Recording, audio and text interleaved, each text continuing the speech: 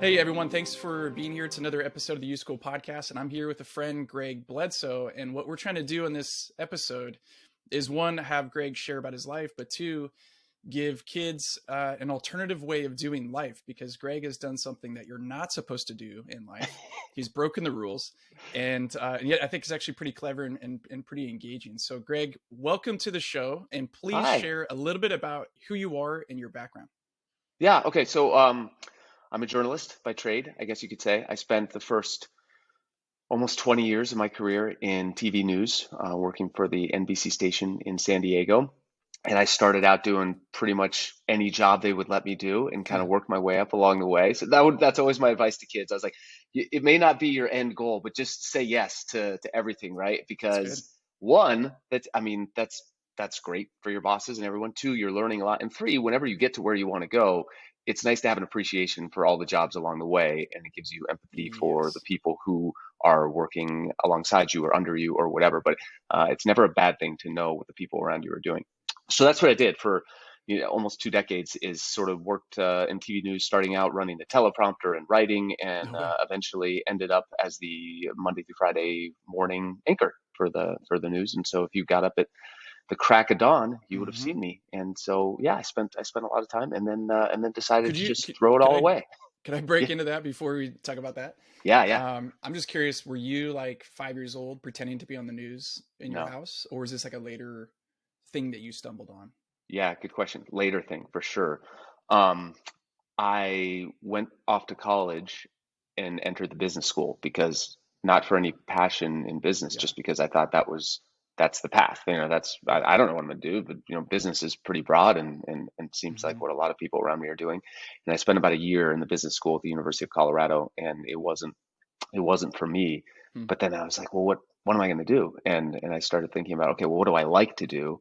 And when I was in high school, I loved photography, I loved shooting, Okay. I loved editing, I loved video, and I saw, well, the journalism school, you get to do some of that. So it was never a lifelong thing. It was just sort of like, Huh. okay, what am I interested in? What's enjoyable to me? And then I started studying that and ended up making a career out of it, Hmm. which my dad used to always tell me, when you go to college, you're just learning how to learn. You don't Okay. necessarily Yeah. have to take what you're studying and make it into a career. I happened to go to my majors in broadcast news, and that's what I ended up Huh. doing.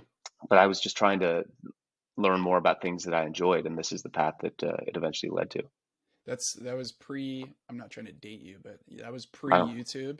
So for you in high Yeah. school to be into film and photography, that's like real film. I'm imagining that's not digital. We were cutting. I mean, we were shooting on tapes, and then Uh-huh. and then yeah, there was no. We were just venturing into digital editing when I was in college, but I did learn how to cut in my first couple jobs, tape to tape. You put one Wow. tape in one deck, one tape Wow. in the other deck, and we weren't literally cutting pieces of Yeah. film and taping them together like in the old days. But I did predate digital by a smidge. Was there a part of those early years, because I don't know how feasible it seemed to you at 23 that you'd be an anchor on the anchor desk. I'm just curious, in those first few years, and you're doing a lot of grunt work, and the Yeah, hours aren't probably normal compared to maybe some of your peers or friends or what your parents yeah, did. Did you have moments where you thought about doing something else? Were there moments of kind of give up or explore other things, where this isn't going to totally. work? Yeah, all the time, and not never because I didn't like it, but yeah, that's a tough business to get into when you're young because one, I mean, one, it doesn't pay a lot, Yeah. but it's the newsroom is open 365 days a year, right? So it's holidays, it's Hmm. weekends, it's nights, it's 24 hours a day. I mean, there's Yeah. always somebody there. And so when you're young and new and saying yes to anything, they're saying, oh, great, because we haven't found anyone to say yes to this job or this time of day. Yeah. So you end up those parts of it are Hmm. not ideal. And the younger you are and the less experienced you are, the more you find yourself in those situations. So yeah, I had those moments where I was like, is this really what I want to do? Or, those holidays where my first year doing this, I was here in San Diego, and I remember being home alone on Christmas Day. Oh. And I had to go to work. I was I was a year out of college. I don't, Yeah. I'd been home with my family for every holiday for my Yeah. entire life, and all of a sudden I was like, woke up and no one was around. My roommates were all off with their family. Yeah. My Yeah. family was home in Colorado, and I was like, well, I guess I'll just hang out and and then go to work later today. And it was, Wow. there were moments like that where I thought, Yeah. is this really what I want to do? But you know, you spend your time, and eventually you get a little bit more seniority, and you get to do a little more what you want to do. So it paid off in the long term. But I had those moments, yeah. Is there a thread that you kind of pull on when you get to those moments of maybe a little disillusionment or confusion? Is there something that you kind of like, no, I know this to be true, or I'm so passionate about this? Like, how do you, what's your North Star in that? Yeah, it's a combination of one, I don't know what else I would do. Okay. So lack of Yep. options. I'm like, well, here I Yep. am. And two, at the end of the day, I still really enjoy it. And you know, there are tough days in that business, but I really enjoy the visual part of it. I love telling stories. I love Mm. talking to strangers, and so that sort of trumped everything else. Is that I still really like it, and I can't imagine doing anything else. Tell me about the anchor desk. I'm just curious what that is. There a shift from what you were doing before to anchor desk? Like, what is that? Yeah. How do you make sense of that job? Like, what is that Yeah, job? that's What are you doing? it's so I had spent a lot of years as the guy out in the field, you know, wherever something's happening, standing there with the Yep. microphone, talking about what's around me. So going from a field reporter to the anchor desk is different. They're totally different jobs.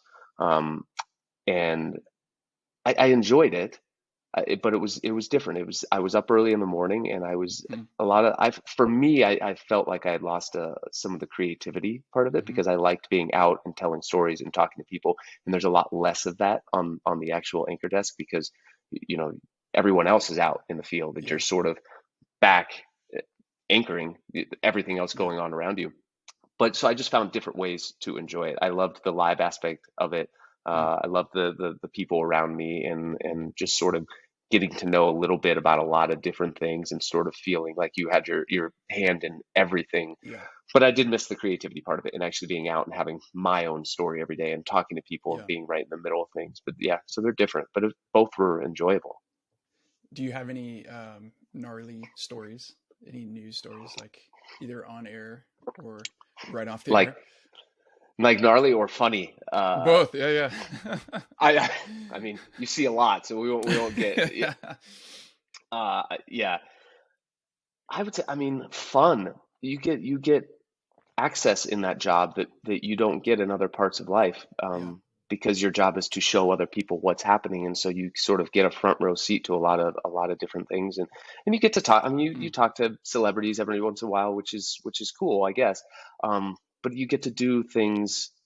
I spent a couple nights out on an aircraft carrier, Hmm. um, before Christmas time, doing some stories on, what the Oh, sailors, cool. how Yeah. they're ramping up for the holidays. But we got to take off from San Diego, land on the carrier, What? hang out on the deck during night operations and watch these fighter jets taking off and talk to Wow. these sailors. And so stuff that in another job you would never be able Yeah. to just Yeah.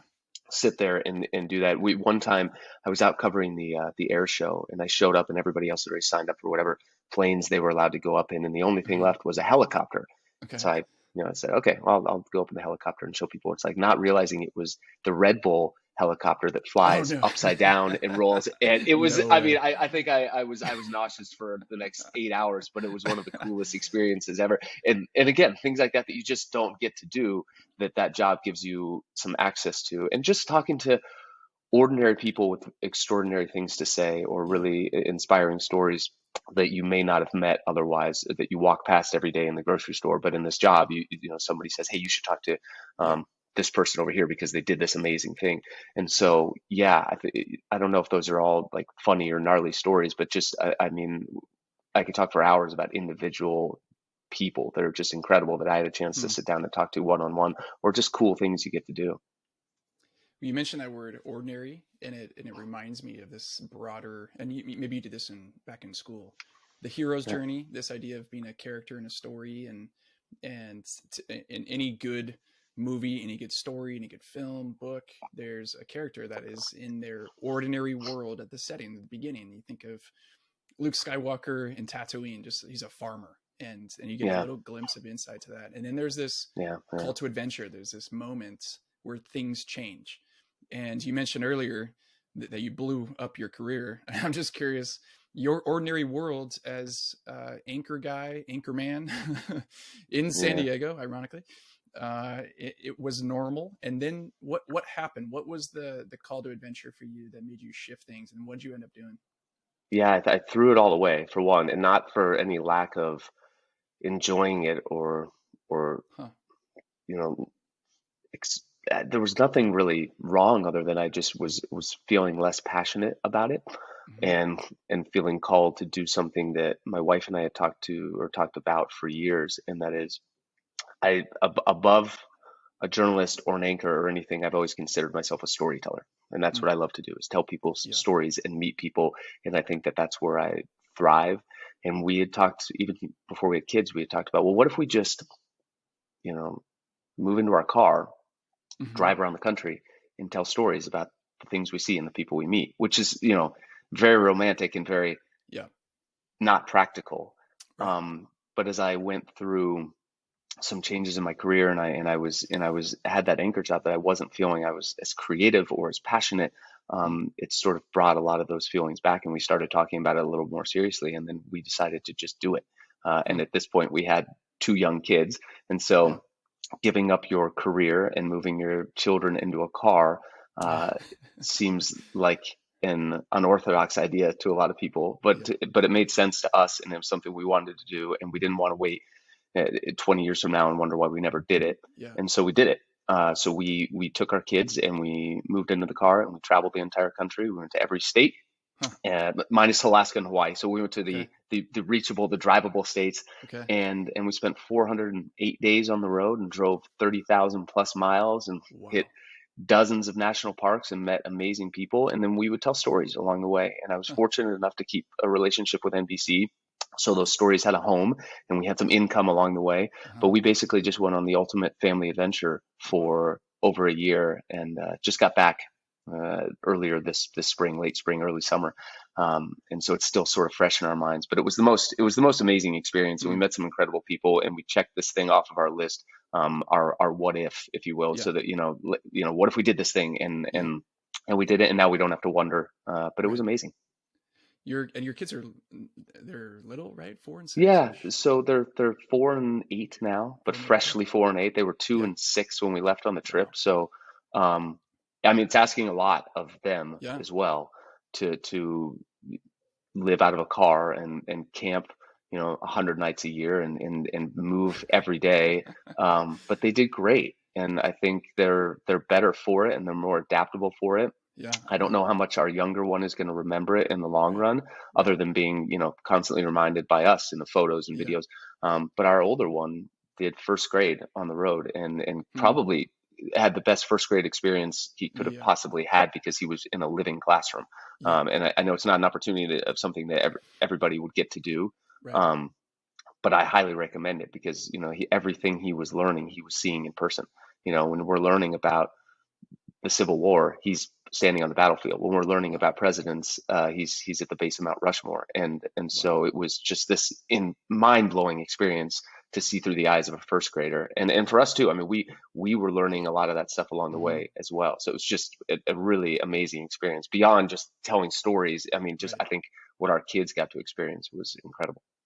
What, I don't know if you and your wife have made sense of this yet, or put this in a real clear way, but I'm curious. What do you hope your kids? What's the, I don't know, the title of that chapter of your family? What's the message that you hope that they carry with them when they become adults, when they have families? Like what, we're the kind Yeah, of people who, or I don't know if there's a line or a phrase that you use. yeah, totally. Yeah, and we thought about this from the beginning. Um, because they'll get to a point in their life, in their career or something where they're gonna wonder, do I do this or do I do that? Hmm. And Yeah. I hope that they follow their heart and follow their passion in whatever it is that they do. And I think Yeah. now we've got some street cred with them later on to be able to Hmm. say that's what we did. And it Yeah. didn't make sense, but we, had the courage to follow this thing that had been on our heart for a long time. And so I hope that when they find themselves in that situation, Hmm. we have some good advice for them, and we can say, hey, we lived it. And we know it's not an easy decision, and it's Yeah. and it's not easy to give up comforts. And their decision may be different than ours, their situation, but at least Yeah. we can say, hey, we've been in a place in our life before where we were sort of at a crossroads, and we followed our heart. And so I hope you do the same. What's next, do you think? As I ask that, I'm curious, what's changed about your perspective about yourself and your career and family? What do you think is next? And there might be a practical answer to that, but I'm just curious, like, kind of, how do you see yourself now post that adventure? Well, I think our perspective on a lot of things has changed. Uh, we only really need what fits in our car, I guess you could Yeah. say. We lived for an entire year with a minimal amount of things, and since we've been home, we're accumulating stuff Right. again, but we're a little bit more mindful about it. And so I think that's a big one. Is Mm-hmm. we before we left, we gave away almost everything we owned. We kept a couch and the rocking chair I'm sitting in right now. And other than that, we gave everything away. And so we Mm. started from scratch when we got home, and our life is cleaner now. It's Mm. not cluttered with stuff. We have Mm-hmm. cabinets that are empty. And so I think that's a big one. And it sounds very, I mean, it has to do with the material part of life, but it's Yeah. important that you don't need as much as you think you need. So there was that. And then I Mm. think we just got a perspective about this country that you can only get by going and seeing it. Because there are a lot of Yeah. parts of the country that we had never seen and had whatever assumption about what they were, and parts of the country that I was really looking forward to seeing, and Mm. other parts that I was like, I mean, Right. I guess we're going to see everything. And Yeah. some of the places that I didn't really think I would care about or care for Mm. ended up to be really great surprises. And everywhere we went, we met really kind people, and people who were proud of where Mm. they lived and wanted to show us what was special about their place. Living in San Diego, everybody here thinks they live in the best place in the world, and it's Yeah. amazing. Right. But believe me, there are people everywhere else around the country that are not jealous that we're here, and they Are you love where serious? they are, and yeah, I mean, they love where they are, and they're proud of it, and they want to show it off. And Mm. so, there's not one best place to live in this Mm-hmm. country. There are hundreds of Mm. best places to live. It just Yeah. depends on who you ask. And so that was a perspective I think that we got by spending time with people, not going on vacation and staying in a hotel, but Yeah. we stayed on people's land. We Huh. camped at people's houses. We met a lot of Wow. strangers. And so I think we got a really great perspective and Hmm. broad perspective of the people and the places in this country. Wrapping up, I'm going to give you two different sort of sentence starters. You can choose Okay. one or the other, or Okay. do neither, just hang up. So one would be happiness is, or a Huh. meaningful life is. And, whatever kind of sticks out to you, what would you say? You've seen a lot of, you've heard a lot of people's stories, you've experienced a lot. What's clear to you on either side of that right now? Happiness is being content with what you have and what's around you, I would Hmm. say. And this goes back to that last topic of there are a lot of people in this country that are really happy with where they are, and they don't need to live in what a lot of other people consider, you know, what a lot of people strive for. They Yeah. don't need big houses or money or whatever that a lot of us put value on. And so I think happiness is appreciating what you have, and I think we have a little bit more of that appreciation now that we've seen a lot of different people and seen a lot of different happy people in different situations. Yeah. There's no one way to be happy, but I think it's just appreciating what's around you and what you already have, and not wanting more. Yeah. What's the And next then what was the adventure? other one? Oh, What's the next a adventure? meaningful life is, or what's the next adventure for you? Okay, meaningful life. For us, um, following your passion and spending time with your family. And so we were able to kill two birds with one stone this past year. We had, all the family time you could imagine and more. Yeah. So yeah. And then the next adventure, I don't know. We've talked about this. I think all of us miss it a little bit. And we've Uh-huh. talked about if we were to do this again, how we would do it. And I think if we did this again, Uh-huh. we would go for a year, but instead of being in fast forward mode and moving every 2 or 3 days, where you sort Yeah. of get like the abbreviated version of everywhere and in Right. depth nowhere, we would pick 12 places and Huh. spend a month in each place. So you really get to live Ooh, yeah. somewhere, because Yeah. it's one thing to go and check off okay, what do we do when we're here? We saw it, saw it, saw it, saw it. But it's something else to just take time and sort Yeah. of enjoy the people, and find your favorite coffee shop and get to know Yeah. how people actually live in those places. So if we did it again, Uh-huh. that's how we would do it, I think. And we've talked about that. I don't know if we're going to do it again, Yeah. but Well, I like what you shared about happiness and meaningful life, because there's actually a tension there. At first you shared, like, be content with what you have and where you are, but then mm, also meaningful life is following your passions. And I like how the reason I wanted you to be on this is for people to get to know you in that you're doing both. And it seems like sometimes you pick one or the other. You kind of take the path of least resistance, try to be content with where you are, and, just kind of put your head down, or you live this life that's crazy adventurous, and you're trying to find the intersection of both, which is life. That's normal life. And continue to reflect and step back and think about where you are. Is this the path I want to be on? Is this doing it for me? What could we change? And that question, what if we, is such a beautiful start of an adventure. What if we tried that? And to try that on for size, and you tried it on for size enough to say, let's go do it. And I think that's your story gives people like me the courage to pursue something that I probably wouldn't normally on my own. So thank you for that. Thanks. Yeah, I hope that's the point of it, is that people aren't afraid to take that chance. And that's a really good observation. I hadn't really thought about the way those two things intersect. And I think we're lucky to have found a way to sort of do both. Yeah. Thanks, Greg. I miss you on the desk, but I'm glad you got another guy that's a friend that's on the desk. And we have a mutual friend doing the job now, and he's doing a great job, and he couldn't be a better guy. So yeah. Thanks, Greg. Talk to you soon. Yeah. Thanks, Scott. Hey, thanks for joining in on the YouSchool podcast. We'd love to share with you the resources available on our website at theyouschool.com, not just articles, ebooks, worksheets, and other podcast episodes, but specifically, you should know about a free course we have available called the Real Me course. It's digital, it's interactive, and it'll guide you to get clear about who you are and the great story you could tell with your life. So go register for a free account and get started on the Real Me course today at theyouschool.com. That's theyouschool.com.